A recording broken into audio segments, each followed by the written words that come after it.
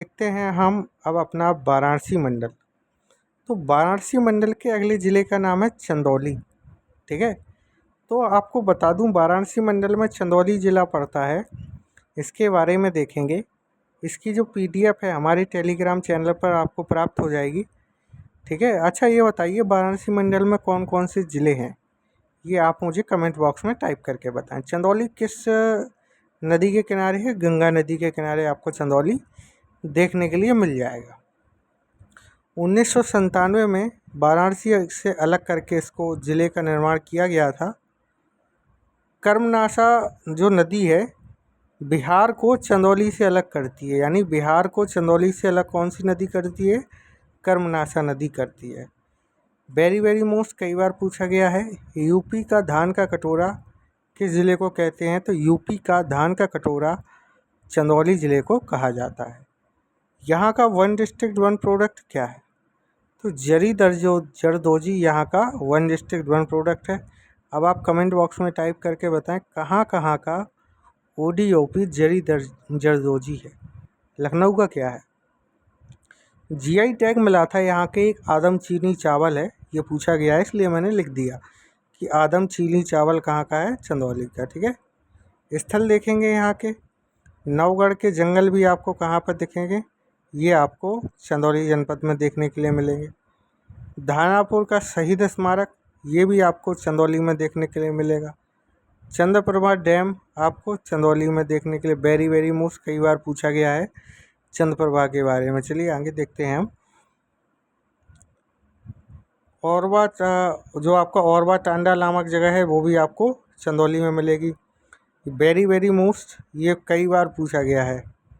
राजदरी देवदरी जलप्रपात जो है ये चंदौली ज़िले में पड़ते हैं। कई बार पूछे गए हैं, ये बहुत बहुत मोस्ट है। 10 से 12 बार ये प्रश्न परीक्षाओं में आए हुए हैं।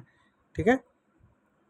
तो जो ये देवदरी जलप्रपात आपको देखने के लिए मिलता है, इसी में आपको जो चंद्रप्रभा वन्य जीव अभयारण्य है इसी के अंतर्गत आता है। देवदरी जलप्रपात के अंतर्गत चंद्रप्रभा वन्य जीव अभयारण्य 1957 में प्रथम अभयारण्य, अर्थात ये उत्तर प्रदेश का पहला अभयारण्य है। तो उत्तर प्रदेश का पहला अभयारण्य कौन सा है? चंद्रप्रभा। कहाँ पर? चंदौली में। ठीक है।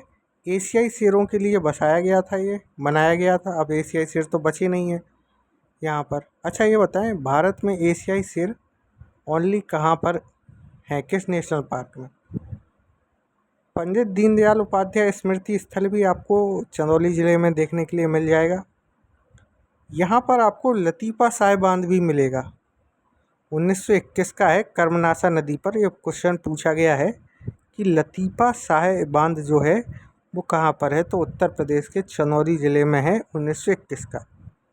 नौगढ़ नहर भी आपको यहाँ दिखेगी। जो आपको पश्चिमी वाहिनी मेला लगता है यहाँ पर।